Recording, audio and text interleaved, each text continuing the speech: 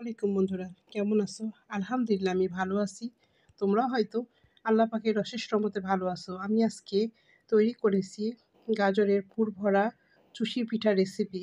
তো আমার এই চুষি পিঠা রেসিপি তোমাদের কাছে কেমন লাগলো অবশ্যই কমেন্টের মাধ্যমে জানাবে। আর আমার রেসিপিটা তোমাদের যদি ভালো লেগে থাকে তাহলে অবশ্যই আমার চ্যানেলটি সাবস্ক্রাইব করে আমার পাশে থাকবে। আমিও তোমাদের পাশে আছি। তো বন্ধুরা দেখতে থাকো আমি চুষি পিঠাটা কিভাবে তৈরি করলাম।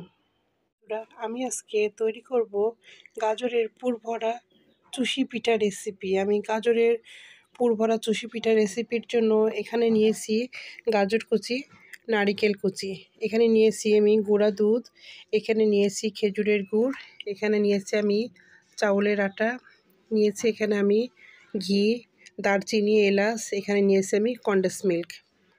তো বন্ধুরা আমি চলে যাব এখন গাজরের পুর ভরা চুষি পিঠার রেসিপিতে। এখানে আমি নারিকেলটা গাজরটা একসঙ্গে সুন্দর করে ব্লেন্ড করে নেব ব্লেন্ডারে। এখানে আমি চাউলের আটাটা সিদ্ধ করার জন্য পরিমাণ মতো পানি বসিয়ে দিয়েছি। এখানে আমি হাফ চামচ লবণ দিয়ে দিচ্ছি।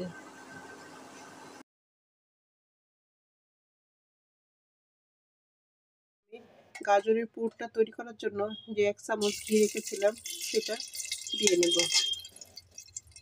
এরপরে আমি যে গাজর আর নারিকেলটা ব্লেন্ড করে নিচ্ছি সেটা দিয়ে নেব। এটা এখন আমি সুন্দর করে ভেজে নেব ঘির সঙ্গে। এখানে গাজরটা ঘির সঙ্গে ভাজা কমপ্লিট। এখন আমি এখানে কনডেন্স মিল্ক ব্যবহার করব পরিমাণ মতো। এখানে আমার গাজরের পুর তৈরি করাটা কমপ্লিট। এখন আমি এটা পরিবেশন পাত্রে তুলে নিব পিঠা বানানোর জন্য। এখন আমি এখানে গাজরের পুর ভরা চুষি পিঠার জন্য এভাবে আটাটা ছোট ছোট করে গোল এভাবে বল আকৃতির তৈরি করে নিয়েছি।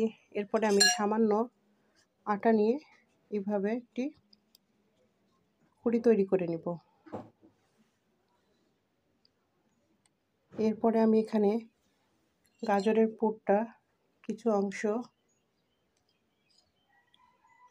পিঠাতে দিয়ে নিব।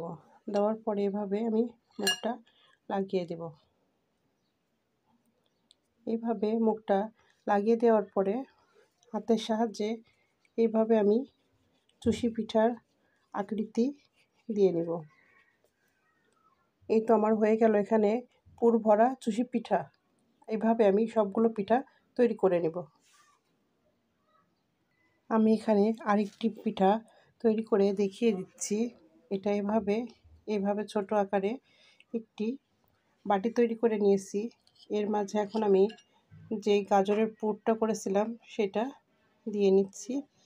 দিয়ে এইভাবে মুখটা লাগিয়ে দিব। দেওয়ার পরে এভাবে আমি হাত দিয়ে একটি ছই পিঠা বা চুষি পিঠা তৈরি করে নিচ্ছি।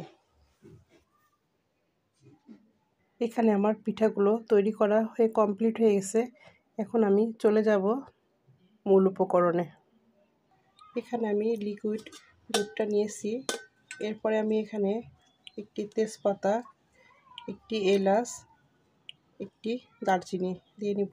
তারপর আমি এখানে যে গুঁড়া দুধটা রেখেছিলাম সেটা দিয়ে নেব।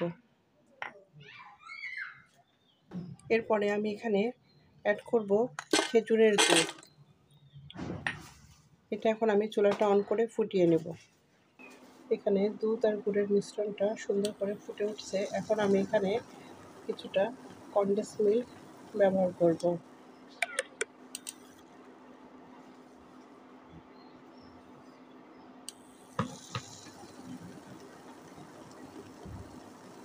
এখন আমি এখানে যে পিঠাগুলো তৈরি করে রেখেছিলাম পিঠাগুলো আমি এক এক করে দিয়ে নিব।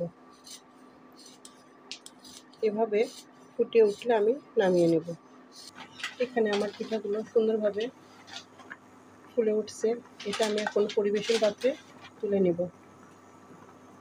এই তো আমার তৈরি হয়ে গেল গাজরের পুর ভরা চুষি পিঠা রেসিপি। তো আমার এই পিঠা রেসিপিটা তোমাদের কাছে যদি ভালো লেগে থাকে তাহলে অবশ্যই একটি লাইক, একটি কমেন্ট, একটি শেয়ার করবে। তো বন্ধুরা এই পিঠাটা কাটার পরে মাঝে কেমন হয় এটা আমি দেখিয়ে দিচ্ছি। খুব সফট হয়েছে পিঠাটা, এখন অনেক গরম আছে। তো এই পিঠাটা তোমাদের কাছে ভালো লাগলে অবশ্যই কমেন্টের মাধ্যমে জানাবে আমার এই পিঠা রেসিপিটা কেমন লাগলো। তো আমার এই পিঠার রেসিপির সঙ্গে এতক্ষণ পর্যন্ত যারা আছো তাদেরকে অসংখ্য অসংখ্য ধন্যবাদ। অনেক ভালোবাসা রইল তোমাদের জন্য। আল্লাহ হাফেজ। আসসালামু আলাইকুম।